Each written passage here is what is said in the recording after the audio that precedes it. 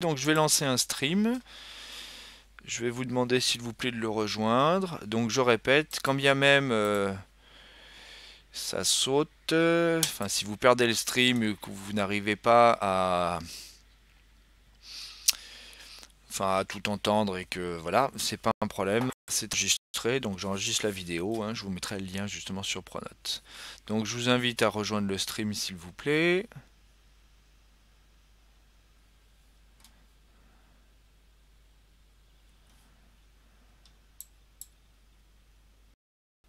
Voilà, donc vous êtes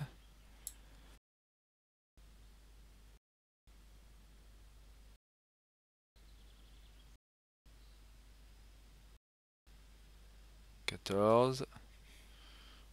Allez, on va attendre un tout petit peu. Vous devriez être un peu plus nombreux que ça. 2, 3, 4, 5, 6, 7, 8, 9, 10, 11, 12, 13,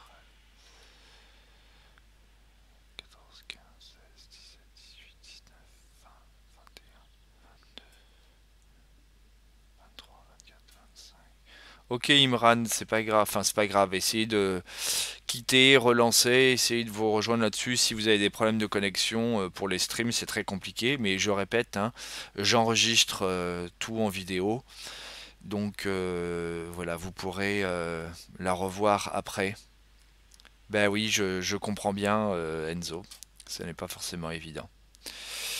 Donc je vais démarrer, ok, au moins pour les gens qui sont là. Alors, donc je reviens sur le TP et ce que je vous avais demandé. Donc la partie 3, je l'avais mis parce que je me suis dit, en fait, je sais jamais trop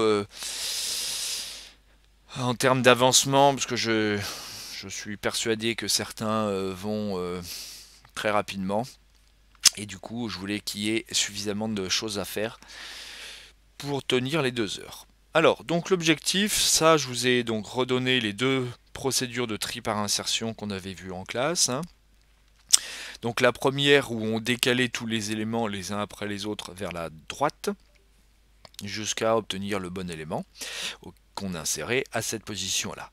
Et la deuxième méthode, on va dire, c'était tout simplement en échangeant au fur et à mesure justement les éléments les uns après les autres avec notre élément courant, ce qui permettait de décaler vers la droite l'élément qui nous intéresse et de faire remonter justement notre élément jusqu'à la bonne position. Alors, donc le premier objectif, c'est d'aller taper justement ces deux programmes en Python. Et donc, ce que je voulais, c'était valider votre code sur des listes créées aléatoirement. Donc, on pourrait utiliser la fonction randInt de A et B, de la fonction random qui tire un entier de façon équiprobable entre A et B. Ensuite, ce que je vous demande, c'est de créer un petit menu simple permettant de choisir la fonction de tri à utiliser. Donc là, c'est juste parce que après, on va avoir besoin justement d'utiliser l'un, l'autre et les deux pour les comparer. Et dernière question, peut-on comparer deux exécutions du programme obtenu? Alors évidemment, le programme que je vais vous montrer et que je vais faire tourner, c'est le programme que j'obtiens, on va dire, complètement à la fin. D'accord? Donc évidemment, ça tient compte de l'ensemble de toutes les questions, justement, qu'on a réalisées voilà, au cours du TP. Donc je vais zoomer cette chose-là. Si ça veut bien zoomer.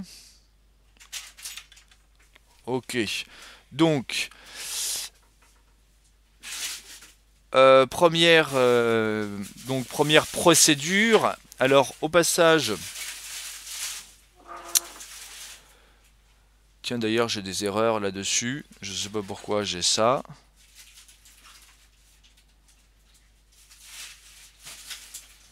Ah oui, c'est pas le mien, c'est pour ça. Bonne blague. Ok, donc je reviens au bon code. Voilà, ça c'était mes corrections que j'avais apportées au code d'Ewen. Donc allons-y, tri par insertion 1. Donc je répète ici. Donc là j'ai écrit exactement justement ce qui a été écrit dans le cours. Alors donc for in range de 1n, donc je fais E égale T de I. En fait, les flèches vous remplacez par des égalités et il faut juste respecter correctement ici les indentations pour que ce soit effectué au bon moment. D'accord? Ici, j'ai la deuxième justement deuxième fonction de tri par insertion. Ok, et je vous avais montré donc cette étape-là qui existe en Python, qui nous permet justement d'échanger deux valeurs. Et ce qui m'intéresse donc dans ce TP, c'est d'aller comparer en fait, bah tiens, avec ces deux versions-là, on va dire en Python, d'aller comparer justement les temps d'exécution. Alors là, quand je parle de temps d'exécution, au début, je m'étais dit que j'allais vous faire compter le nombre d'opérations élémentaires et faire en déclarant un compteur et en rajoutant un à chaque opération. Bon, je suis parti sur autre chose, je suis parti en fait sur réellement le temps concret que l'algorithme va prendre à s'exécuter, hein. Donc, dans un rapport, voilà, je répète, beaucoup plus concret, et vous allez voir que très très très rapidement, en fait, on est confronté à des vrais problèmes de complexité et des vrais problèmes de temps d'exécution. D'accord? Bon, pour l'instant, ces fonctions-là, j'en parle pas. Tac, tac, tac. Donc ça, c'est des choses que j'ai faites après.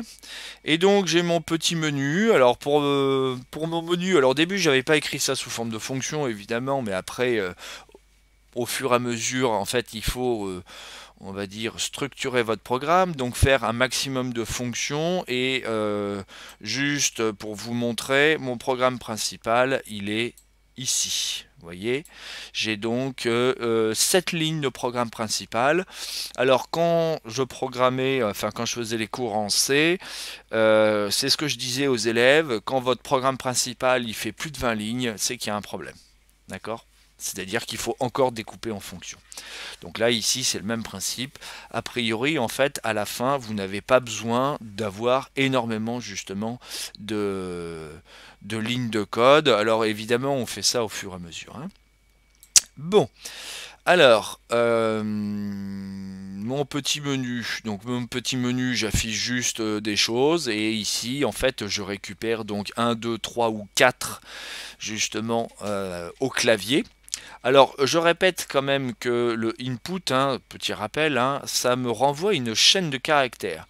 Donc ici, il y a deux solutions. Soit ensuite, vous récupérez et vous testez les entrées avec des chaînes de caractères, c'est-à-dire ça voudrait mettre des quotes ici, hein. Donc là, c'est je teste, est-ce que je suis égal au caractère 1? Ou alors, je récupère des valeurs qui sont entières, hein, et je veux travailler sur des nombres, auquel cas, justement, j'utilise la fonction int, donc qui va me convertir cette entrée en un entier. Alors le seul problème, évidemment, ça sous-entend ici que ce qui est tapé dans la chaîne de caractères, ce sont des caractères, ce qu'on appelle alphanumériques, donc c'est des chiffres, quoi, concrètement. Auquel cas, ça fonctionne. Alors au passage, j'ai mis un petit ici on va dire tant que enfin une boucle en fait pour que si l'utilisateur n'appuie pas sur 1, 2, 3 ou 4, et ben du coup ça continue à demander l'entrée. Voilà, bon ça c'est des petits détails, c'est pas très important. Et donc ici après, moi j'ai une fonction de tri global, hein, suivant la valeur, si c'est du 1, du 2 ou du 3 ou du 4, j'appelle chacune des fonctions justement correspondantes à ce qui m'intéresse. Et j'ai même créé une petite fonction qui n'est pas très compliquée, mais qui va me créer une liste aléatoire justement en fonction de la taille. D'accord? Donc pour la création de la liste, je rappelle, surtout dans ce type de construction là, utiliser des listes en compréhension, d'accord? Donc je rappelle une liste en compréhension, j'écris en fait mon expression générale et ensuite j'ai un indice qui va parcourir une deuxième liste, hein. Donc for i in range de taille ça va me créer en fait une liste de 0 à taille moins 1. Et pour chacune des valeurs i correspondant justement dans cette liste là, et ben en fait je vais créer une liste d'entiers aléatoire ici entre 1 et 50, hein. Donc de toute manière je l'affiche dans mon programme principal. Donc ici ce dont j'ai besoin dans mon programme c'est la taille de la liste et c'est ça que je vais faire varier. Et pour démarrer je vais commencer à 20. Comme ça j'ai une liste de taille 20. Ici donc je crée ma liste aléatoire et là ici j'affiche donc la valeur de ma liste. Okay, donc si j'exécute cette chose là, donc voilà, ici j'ai donc ma liste qui a été créé, bon, avec des entiers aléatoires entre 1 et 50. Ça a l'air d'être tout à fait cohérent. Et puis ensuite, j'ai mon petit menu, justement, qui s'affiche, et pour me demander, justement, ce que je veux faire. Donc ici, je clique, j'ai appuyé sur 1, hop, ça me renvoie, ça réaffiche du coup la liste. Je vérifie qu'elle est bien triée dans l'ordre croissant, évidemment. Hein. Au passage, il y a des répétitions à cet endroit-là, bah, ça c'est le hasard. Et vous voyez que ici, derrière, il m'affiche en fait le temps d'exécution du premier algorithme. Tiens, d'ailleurs, ça me paraît quand même assez... Enfin, c'est beaucoup par rapport à la taille. J'ai un mot sur 10. Ok, Léopold, j'enregistre, donc je répète, je vous mettrai la vidéo et je vous inviterai à re-regarder cette vidéo. D'ailleurs, de temps en temps, c'est peut-être plus pratique d'aller voir la vidéo après. Bon, c'est comme ça. Donc, alors, qu'est-ce qui se passe ici? Il faut que j'appuie sur Entrée, je crois, voilà. Donc, je peux relancer une deuxième fois. Hop, donc j'appuie sur 1. Bon, vous voyez que j'ai un temps ici qui est tout à fait comparable, qu'il est de l'ordre de... Alors, a priori, c'est des secondes, hein, l'unité ici, hein, du temps d'exécution. Bon, ça, c'est rapport à la bibliothèque time qu'on a utilisée, justement. Alors, je pense que, voilà, pour afficher... Alors, si je déroule, justement, mon premier... temps d'exécution, donc TE c'est temps d'exécution pour l'algorithme 1, donc je fais T égale time. Alors effectivement, attention à la manière dont vous importez les bibliothèques. Si vous utilisez from time import étoile, évidemment ici vous pouvez utiliser directement le nom des fonctions qui sont à l'intérieur de la bibliothèque. Si vous importez les bibliothèques de cette manière-là, vous allez être obligé de faire référence systématiquement au nom justement de la bibliothèque. Et alors, en tout cas, pour ce qui concerne Matplotlib, j'en parlerai plus précisément tout à l'heure, mais en général, on utilise voilà, ce qu'on appelle un alias. Ça évite d'avoir à réécrire à chaque fois l'intégralité de cette chose-là. On ne tapera juste PLT. Mais pour l'instant, donc j'en parle pas. Mais ce que je veux dire, c'est qu'attention à la manière dont vous importez vos bibliothèques. Hein. Il y a plusieurs manières d'importer bibliothèques. Évidemment, il faut être cohérent. Bon, par simplicité, je vous conseille de faire from time import étoile, auquel cas vous n'avez, voilà, c'est pas très compliqué à écrire, il y a juste le nom des fonctions. Donc là, t égale time, ça me donne quoi? Ça me donne en fait le nombre de secondes qui s'est écoulé depuis le temps 0 à l'intérieur du langage Python et de la bibliothèque. Donc là, je vous laisse aller voir la documentation pour savoir quel est ce temps 0 exactement, mais en fait ici on s'en fiche un tout petit peu. Donc ici je récupère une valeur numérique, c'est-à-dire le temps qui s'est écoulé depuis l'origine des temps. Ensuite j'exécute donc mon tri par insertion. Alors au passage, tout à l'heure j'avais le programme Day1, mais Timothée avait fait exactement la même chose. Donc vous aviez rajouté justement ici un return T. Ok.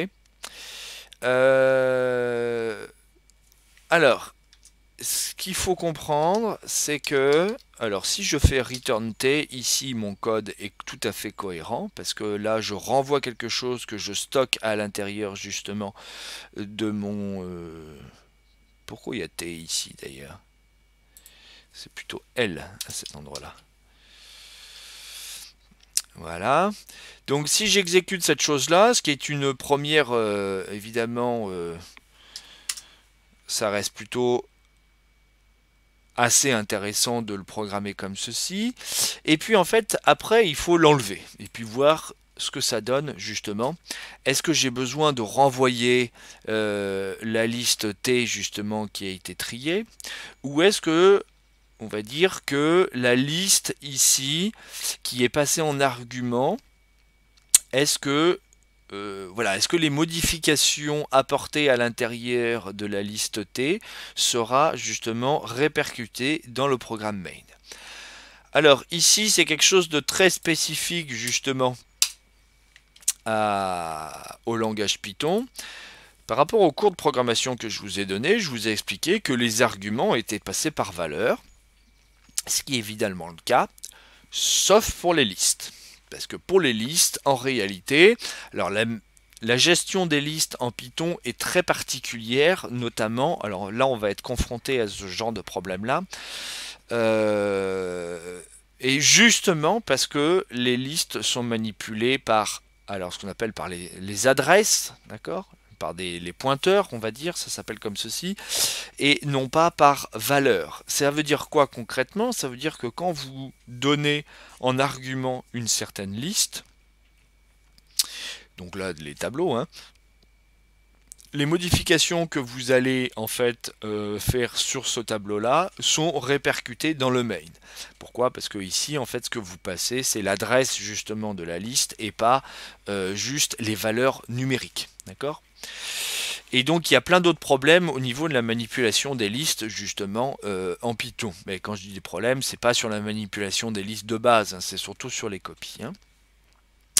Donc voilà, ici, je ne sais pas si vous avez remarqué, mais pendant que je racontais tout ça, j'ai enlevé le t égale tri insertion. Donc quand je ne renvoie aucune valeur, a priori, je n'ai pas besoin justement de faire t égale quelque chose. Donc mon programme marche de la même manière au passage, hein, ça ne change absolument rien. Hop, et puis ici, alors vous voyez, voilà ce qui se passe, c'est que là j'ai des valeurs qui sont un peu plus cohérentes.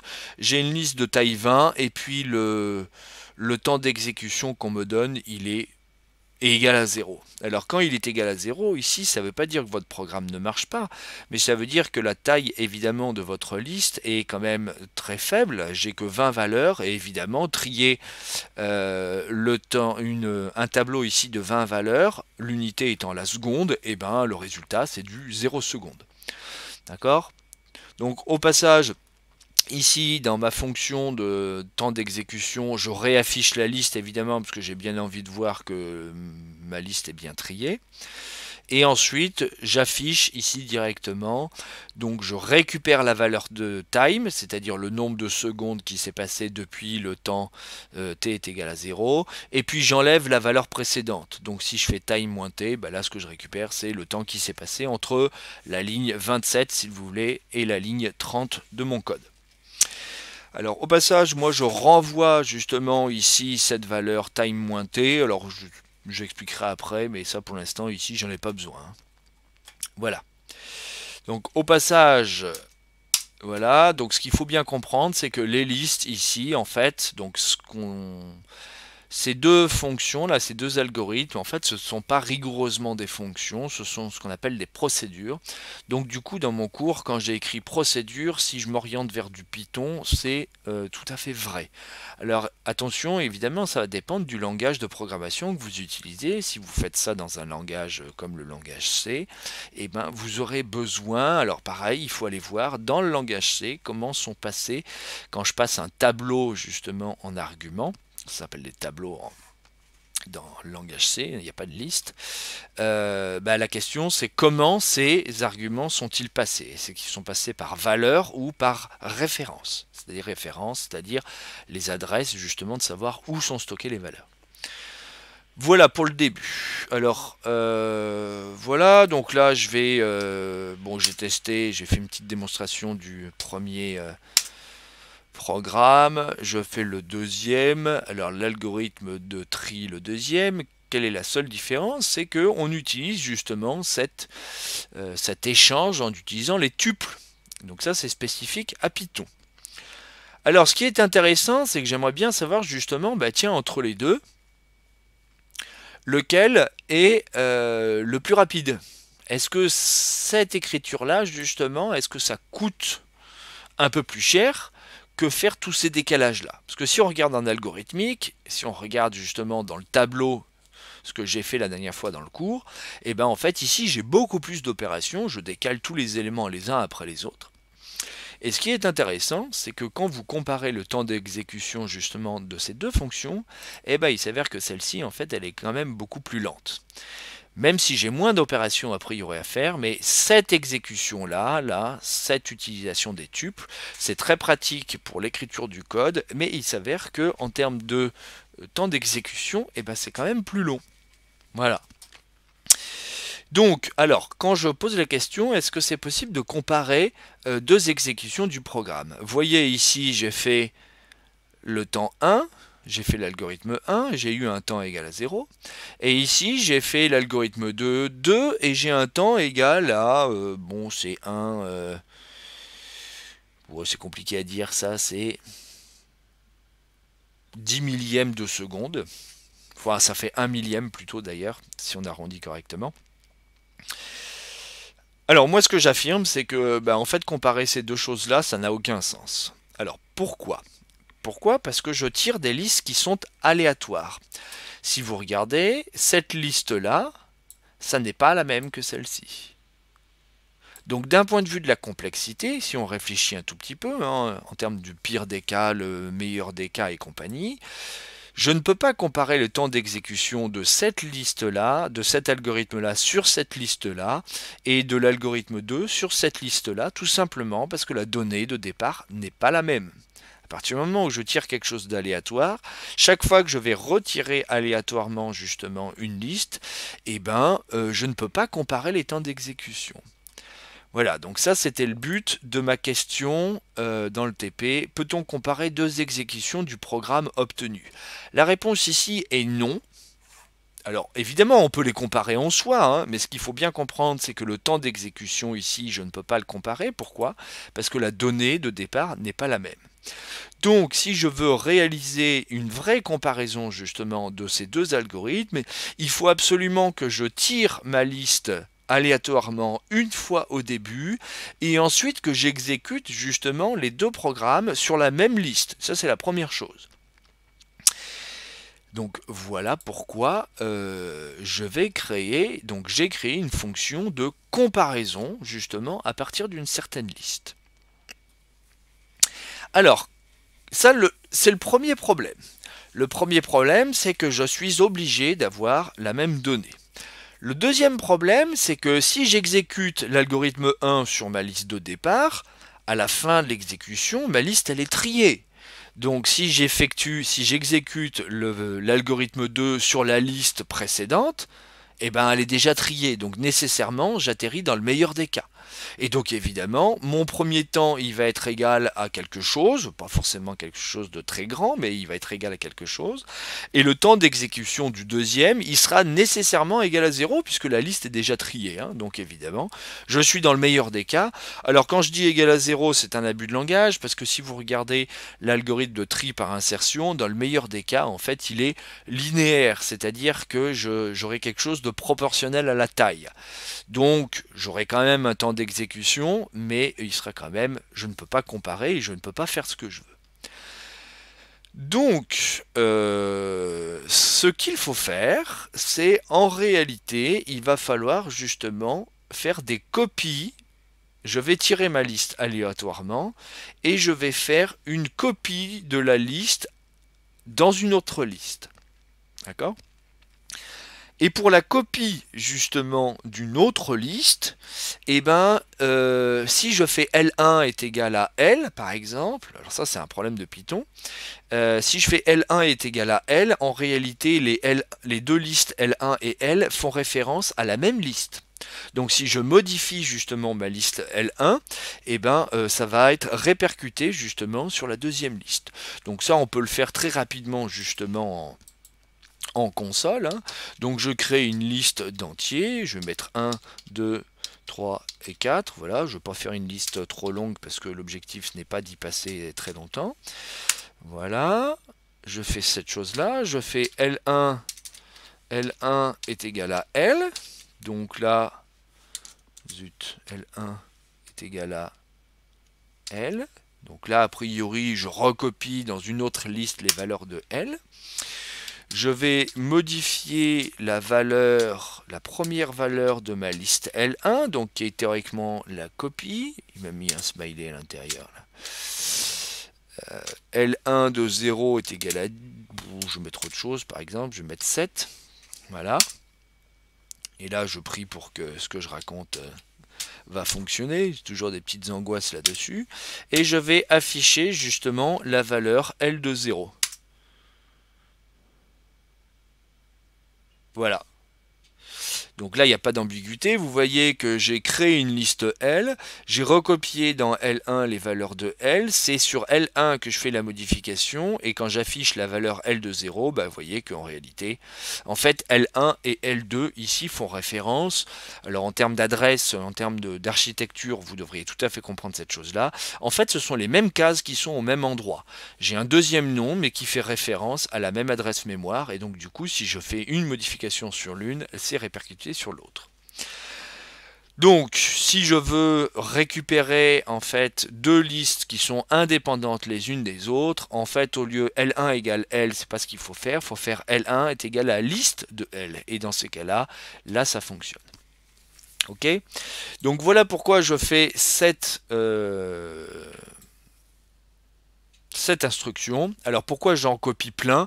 C'est parce que après je veux comparer, vous voyez, avec le temps pour les deux fonctions qui sont programmées en Python, hein, qu'on a déjà utilisées, et on va les voir justement ces temps d'exécution de ces quatre fonctions. Donc là, le début, c'était d'aller comparer justement les deux premières, et ensuite d'aller comparer avec les algorithmes de tri qu'on a déjà utilisés dans Python, justement.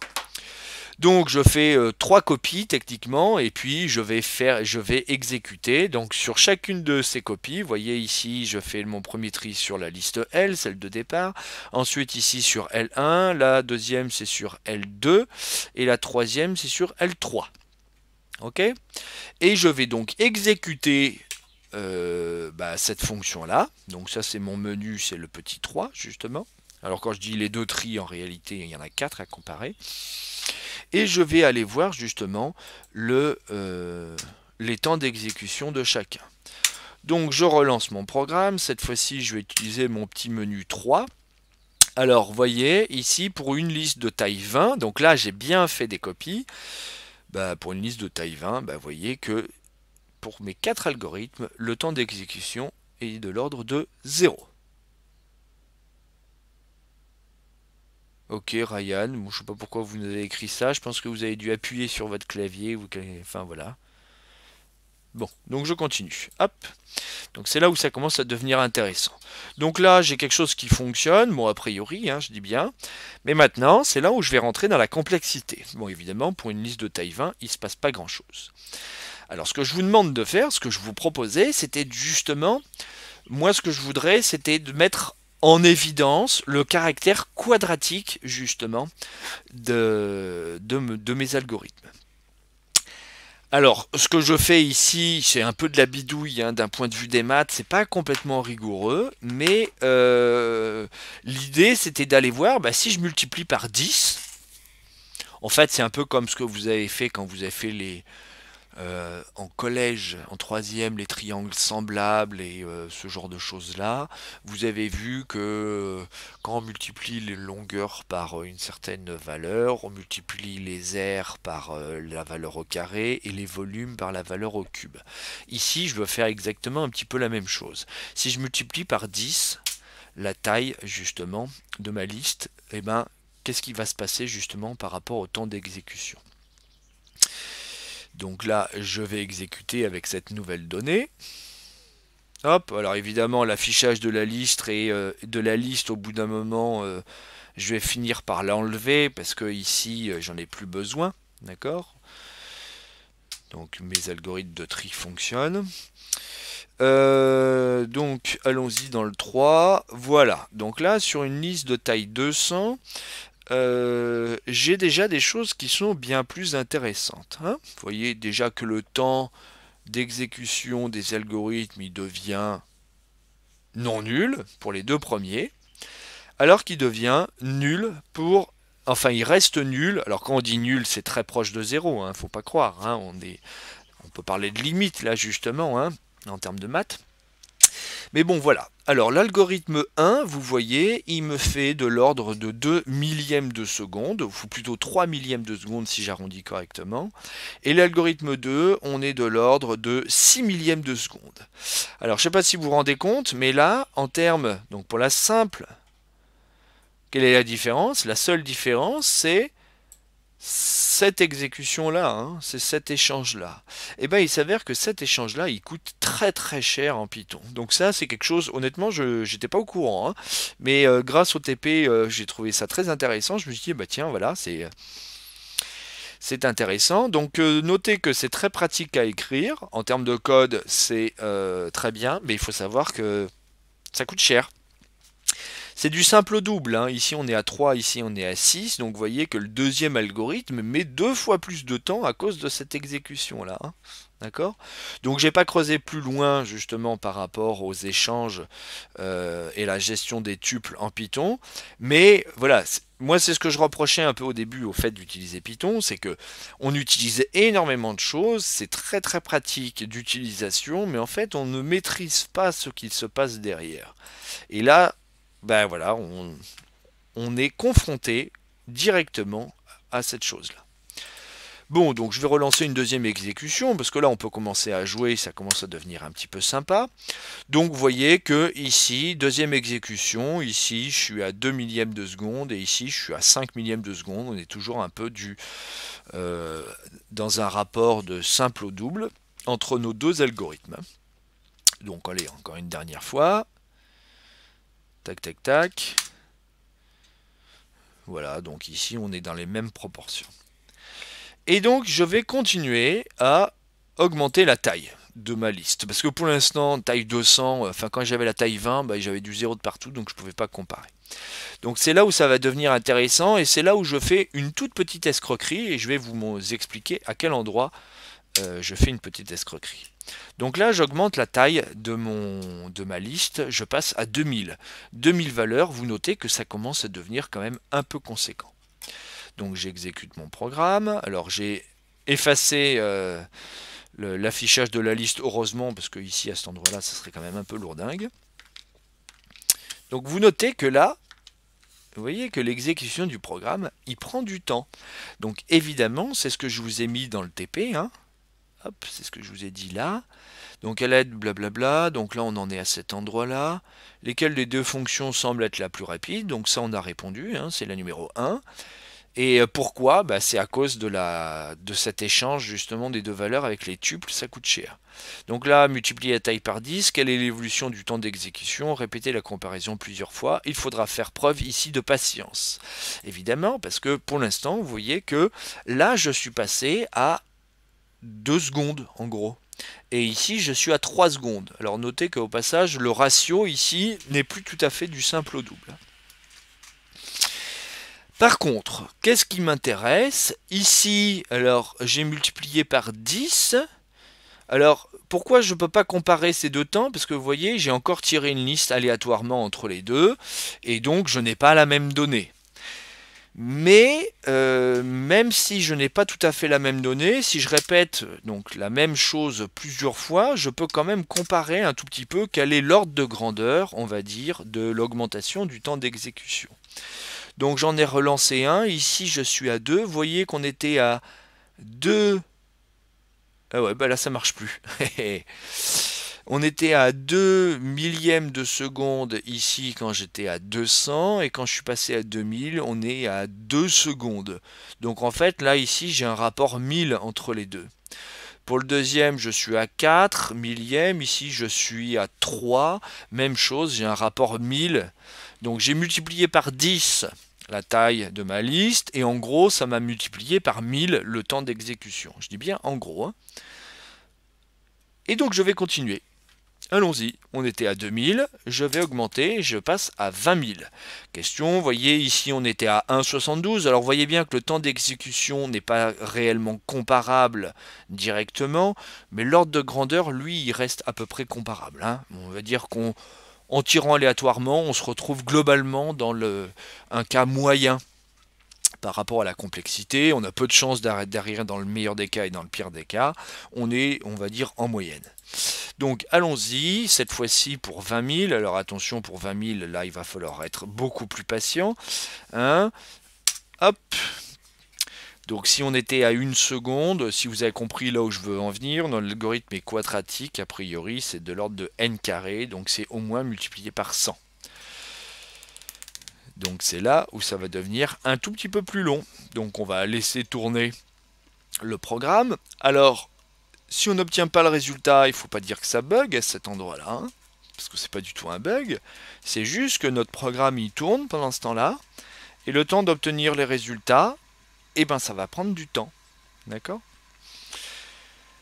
Donc je vais laisser tourner mon programme, et vous voyez que la notion de complexité, ici je suis juste en train de trier une liste, hein. 20 000 honnêtement c'est pas beaucoup, hein. Et ben voilà, mon programme, le temps d'obtenir le résultat, ça commence à devenir long. Et vous voyez que chaque fois que je multiplie par 10 la valeur, a priori d'après le cours, ça va me multiplier par 100 le temps d'exécution, donc c'est un algorithme quadratique, donc ça va devenir très long, très très long. Et je vous propose même de laisser tourner le programme pendant pendant que je vous montre en fait la dernière partie, à savoir l'affichage justement de... Alors il faudrait que je lance une deuxième console. Tac tac tac. Il faudrait que je fasse une copie. Alors je voudrais vous montrer pendant ce temps-là l'affichage, donc l'utilisation de Matplotlib. Alors, quel était mon objectif? Mon objectif, c'est une fois de plus d'aller voir expérimentalement, parce que là on fait, c'est très clairement expérimental. On sait que le temps d'exécution, il est quadratique, d'accord? Donc, a priori, les fonctions polynômes du second degré, vous les connaissez, hein, donc vous devriez les reconnaître et on devrait pouvoir les afficher. Alors même chose, il y a plein de problèmes ici en termes d'exécution de programme parce que en fait, alors ça va être très long, mais eh ben, vu que j'ai des listes qui sont aléatoires, ce que je vais afficher, c'est quand même des résultats qui sont aléatoires par rapport à la taille de ma donnée. C'est-à-dire que je retire une nouvelle liste à chaque fois. Cependant, ce qui est quand même assez intéressant, c'est que quand, même si j'oublie un tout petit peu, comment dire, ce côté aléatoire, eh ben, j'arrive quand même à afficher concrètement, voilà, la fonction. Enfin, quand je regarde, quand j'affiche le nuage de points, j'arrive à voir, on va dire, la forme globale de la courbe. En fait, ce que j'ai, c'est des stats, hein. En réalité, il faudrait faire une... Bon, je ne vais pas parler de ça, c'est des maths derrière. Alors, comment fonctionne maintenant le matplotlib? Donc, première chose, j'en ai parlé tout à l'heure, j'importe matplotlib.pyplot, j'ai pas besoin d'utiliser tout le reste, et on l'importe en utilisant un alias. Donc, c'est chaque fois que j'utilise PLT, bah, ça remplacera justement cette chose-là. On ne le fait pas pour les autres, hein, parce qu'en général on n'a pas ce problème-là, mais sinon ça va nous éviter d'écrire à chaque fois matplotlib.pyplot, etc. Voilà. Donc, vous voyez les PLT, à chaque fois j'utilise donc un certain nombre de méthodes disponibles dans la bibliothèque. Donc je répète, moi ce que je veux afficher ici, alors je ne vais pas afficher les temps d'exécution des deux autres. Je me suis concentré que sur le L1 et le L2, c'est-à-dire l'algorithme de tri par insertion, c'est ça qui nous intéresse. Donc au début, j'ai mes abscisses, hein, c'est une liste vide, Y1 c'est une liste vide, Y2 c'est une liste vide. Y1 ce sera les temps d'exécution pour le premier algorithme, et ici c'est Y2, c'est le temps d'exécution pour le deuxième algorithme. Et dans X, j'aurai la taille de...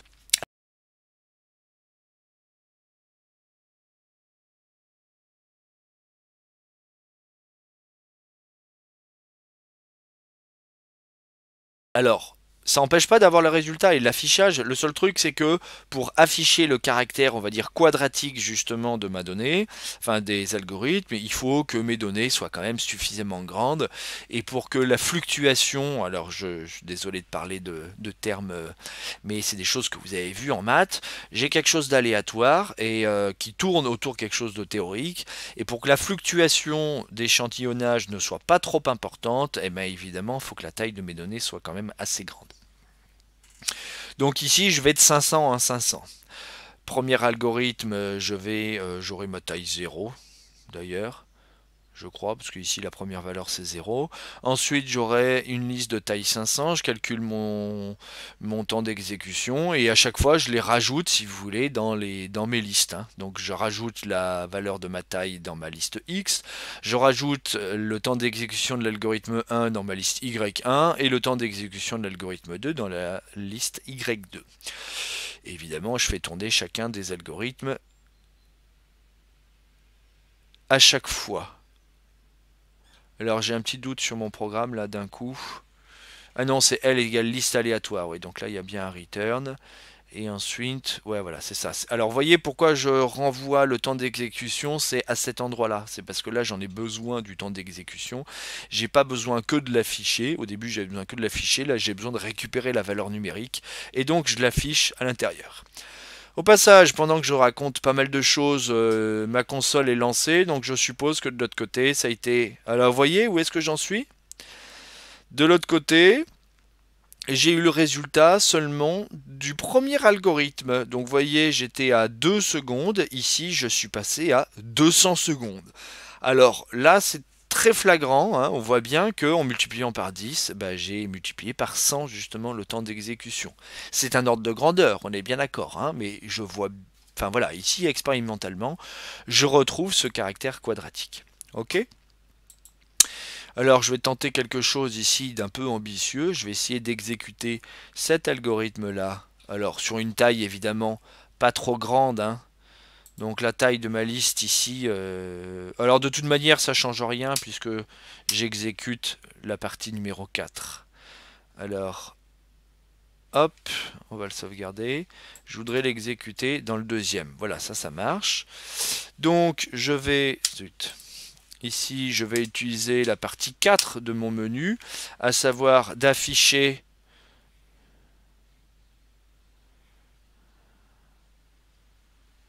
Oui, alors j'aurais pas dû mettre 20 000, hein. C'était une erreur de ma part.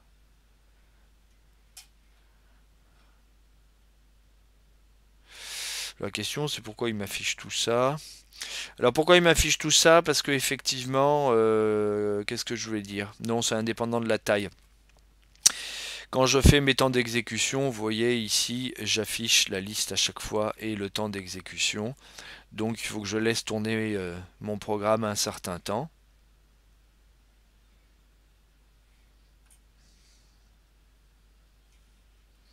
Donc là, je suis à 6,5 secondes. Bon, je crois que ça devrait être... De toute façon, il n'y en a que 10 hein, des tirages, hein. Donc il n'y a que 10 listes.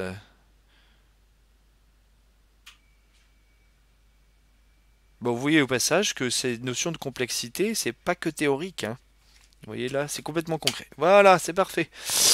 Donc voilà ce que j'obtiens comme courbe. Alors vous allez me dire, tiens, c'est bizarre, là, à cet endroit-là, on a une sorte de... une sorte d'inflexion, ça s'appelle en maths. Mais, alors, bon, je vais relancer la chose. On obtient quand même, a priori, des valeurs qui sont quand même globalement comparables. Alors, non, il faudrait enlever l'affichage.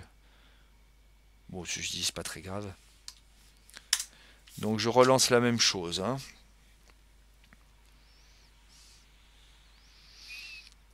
Bon, la dernière fois, j'avais fait ces réglages et j'obtenais quelque chose, bon, qui était évidemment, ça fluctuait autour d'une parabole, mais j'arrivais quand même à voir en fait ce caractère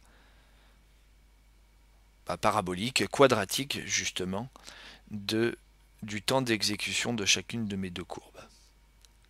Et on voit effectivement que systématiquement, l'algorithme 1 a un temps d'exécution qui est plus faible que l'algorithme 2. Donc là, il faut attendre. Donc là, il faut être patient.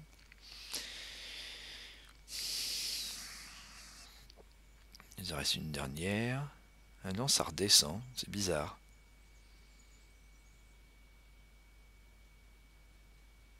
Non, voilà. Bon, c'est pas trop mal, hein. Vous voyez, donc là, c'était un hasard. Donc je retrouve quand même assez bien. Alors là, il y a un point qui redescend à la fin, hein. C'est... Bon, je sais pas, je crois que c'est de la chance, hein. Quand on fait de l'aléatoire, c'est toujours compliqué parce qu'on a toujours l'impression d'avoir on doute toujours un peu des résultats qu'on peut avoir.